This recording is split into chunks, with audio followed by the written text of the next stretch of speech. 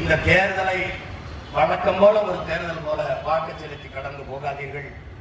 எந்த பிள்ளை, எந்த மகன், எந்த தலைவனிடத்திலே, யாரிடத்திலே நாடு இருந்தால் நாடும் மக்களும் பத்திரமாக பாதுகாக்காமல் இருக்க முடியும்?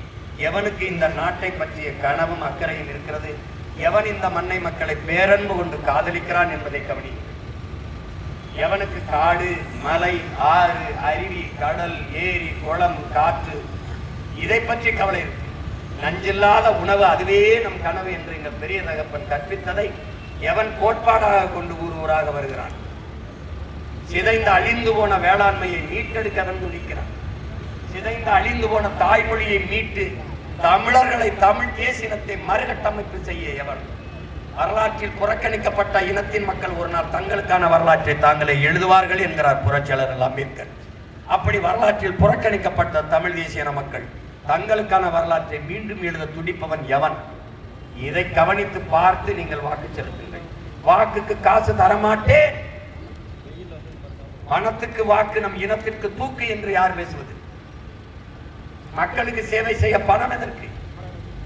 அதற்கு வாக்குக்கு காசு தர வேண்டும்? மக்களுக்கு தன்னலமற்ற உண்மையும் நேர்மையுமாக சேவை செய்ய வேண்டும் என்கிற மனம் இருந்தால் போதாதா? அப்ப பணக்காரன் தான் அரசியல் செய்ய முடியும், அவன் தான் அதிகாரத்துக்கு வர முடியும் என்ற நிலை இருந்தால் அப்ப முதலாளிகளுக்கான அதிகாரம் தானே உருவாகும், அதுதானே கட்டமைக்கப்படும். அப்ப 5 விழுக்காட்டு முதலாளிகளுக்கான அதிகாரம் இருக்கும், 95 விழுக்காடு உழைக்கும் மக்கள், அடித்தட்டு மக்கள், பாட்டாளி வர்க்கத்துக்கான அதிகாரம் எங்கே உருவாகும்? எங்கே உருவாகும்? எளிய மக்களின் குரல் எப்போது அதிகாரத்தை பின்தொடும்? அவனுக்கான உரிமை எப்போது பாதுகாக்கப்படும்? எப்போது கிடைக்கும்? எப்போது கிடைக்கும்? அவனுக்கு சரியான கல்வி எங்கே கிடைக்கும்? கற்ற கல்விக்கு வேலை எங்கிருந்து கிடைக்கும்? முதலாளி ஒரு முதலீட்டை செய்வது தன் லாபத்தை வைக்கா, மக்கள் சேவைக்கா என்கிற அடிப்படை கேள்வி ஏன் நம்ம ஒவ்வொருவருக்குள்ளே நிலவில்லை? வாக்குக்கு காசு கொடுப்பவன் 30 கோடி செலவழிப்பவன் 300 கோடி வென்று வந்தால் ஈட்டிக்கொள்ள முடியும் என்கிற நம்பிக்கையில் தானே செலவழிக்கிறான். அப்போ அரசியல் என்பது தன்னலமற்ற சேவை செய்கிற ஒரு புனித அமைப்பு இல்லையா?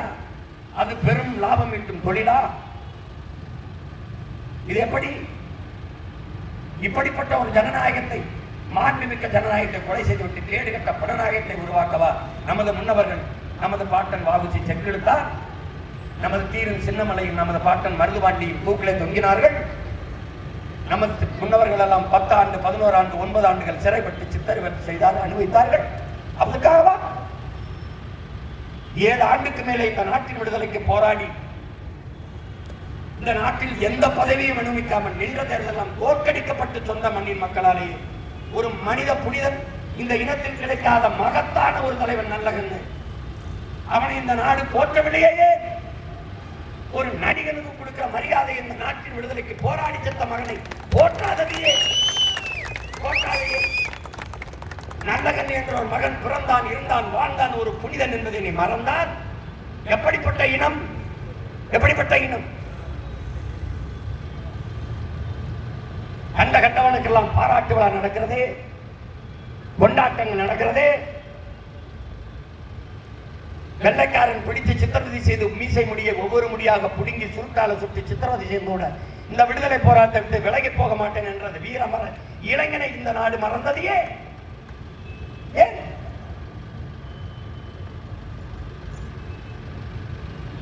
என்ன இன்னும் 10 வருஷம் கத்த விடுவியா?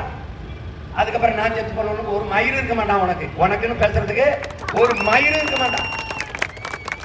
நான் ஏதோ உயிர் இருக்கிறதையும் கத்துவேன். அதுக்கப்புறம் என்ன பண்ணுவேன்? என்ன பண்ணுவேன்?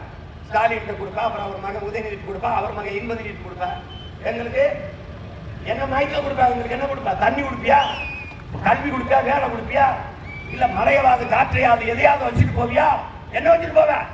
கடன் 20 லட்சம் கோடி 25 லட்சம் கோடி வச்சுட்டு போவேன். வேற என்ன தருவா? எங்களுக்கு என்ன இருக்கு? என்ன இருக்கு? திமுகவுக்கு மாற்ற அதிமுக, அதிமுக என்ன மாற்று? ரெண்டும் ஒரே கட்சி, ஒரே இடத்தில் எப்படி திருவிழுது என்று பயிற்சி எடுத்தவர்கள். தனித்தனியா திருடுவான், கூலி பிரிச்சுடுவான். இது கூட தெரியாதா? திமுகவிற்கு அமைச்சர் பட்டியல் எடுத்து படிச்சு பார். 11 பேர் அதிமுக அமைச்சர், 2 வெவ்வேறு கட்சி நிறுத்திக்கிறாங்க. இங்கேயும் சாராயம் வைப்பான், அங்கேயும் சாராயம் வைப்பான், இங்கேயும் கொலை பண்ணுவான், அங்கேயும் கொலை அடிப்பான், இங்கேயும் ஊழல் லஞ்சம், அங்கேயும் இங்கேயும் கையெழுத்து போட கமிஷன் கேட்பான், அங்கேயும் கையெழுத்து போட கமிஷன் கேட்பான். இதில் திருடன் என்னடா பெரிய திருடன் சின்ன திருடன்? திருடன் திருடன் தான்டா. கால கொடுமை. எல்லாம் படிக்கிறோம், எல்லாம் பேசுறோம். கடைசியா ஒருத்தர்லாம் இருக்கிறாரு, நான் பரம்பரையா திமுகங்கிறாரு. என்னடா நீ ராஜராஜ சோழ பரம்பரை, இல்ல பாண்டிய நெடுஞ்செழியன் பரம்பரை, இல்ல சேரன் செங்குட்டுவன் பரம்பரை? கேடு கட்டது, கேடு இருக்கிற பரம்பரையில பெருமை மயிறு. இது ஒரு நாடு. இலவசம் கொடுக்குற, எங்கிருந்து கொடுக்குறான்னு கேட்க ஒருத்தனுக்கு துணிவில்லை. என் ஆத்தாள் அப்படி கையேந்து வச்சிருக்காங்கடா. தான் மானத்துக்காக உயிரை விட்ட ஒரு இனமடா. மரணமா மானமா என்கிற போது மரணத்தை விட மானமே பெரிது என்று போராடி செத்தவன் பரம்பரைடா. சத்தாண்டா அவன் பாட்டன் தீரன் சின்னமலை. தான் மானத்தை இழந்து நான் என் தாய் நிலத்தை இழக்கிறத விட நான் தூக்குறது வந்து சாகிறத பெருமையாக்குறது செத்தவன்டா தீரன் சின்னமலை. அவன் ரத்தம் கொஞ்சம் கூட வாழ ஓடல. பாட்டை மருதுபாண்டிய தூக்கல போடும்போது சொல்றானடா, என்னதும் தமிழகமே தாயகமே, நான் இல்லை என்றாலும் ஒரு தலைமுறை வரும் உன்னை மீக்க காக்கன்னு தூக்கல போய் தோணாண்டா. அவன் நினைச்சிருந்தா சரணடைஞ்சு வாழ்ந்துருக்கலாம்டா. ஏண்டா சண்டையிட்டு செத்தான்?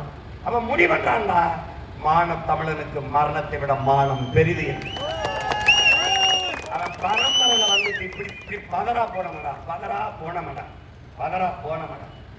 ஈரங்கி குண்டுகளையும் துப்பாக்கி குண்டுகளையும் வெறும் வாளையும் வேலையும் வைத்து எதிர்த்து போரிட்ட மறவர் குலமாடா நம்ம.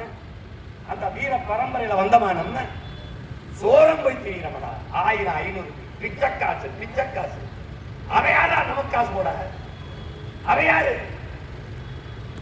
இடஒதுக்கீடு கொடுக்கு, இடஒதுக்கீடு இவையாரா? அவன் உட்கார்ந்து இருக்கிறவன நம்ம கொடுத்தது, நம்ம ஆத்தா அப்ப கொடுத்தது. இவையாரு கொடுக்கறதுக்கு இந்த 1000 500 கொடுக்கலையா? எங்கிருந்து வருது? இதுல இலக்கிறத தவிர்க்க முடியாத மின் கட்டணத்தை உயர்த்தலையா? 3 முறை இந்த ஆட்சியில மின் கட்டணத்தை உயர்த்தலையா? சொத்து வரியை உயர்த்தலையா? வீட்டு வாடகை உயரலையா? எப்படி ஒரு இடத்தை வாங்கி பத்திரப்பதிவுக்கு நீ போக முடியுமா? 10 மடங்கு பத்திரப்பதிவு கட்டணத்தை உயர்த்தலையா? அப்புறம் இந்த காசு உனக்கு தெரியுதுடா. யானை போறதை விட்டுட்டு நீ கொசு அடிச்சுக்கிட்டு இருக்கியே எப்படி? அவன் யானையை திருடிட்டு கொசுவை கொடுத்துட்டு போறான் உனக்கு. என்னைக்கு இந்த விழிப்புணர்வு வரும்? என்னைக்கு புரிதல் வரும்? நீ ஓட்டு எனக்கு போட்டா போடு, போடலைன்னா போ. ஆனா புரிஞ்சு போடு. யாருக்கு போடணும்னு தெரிஞ்சு போடு, புரிஞ்சு போடு.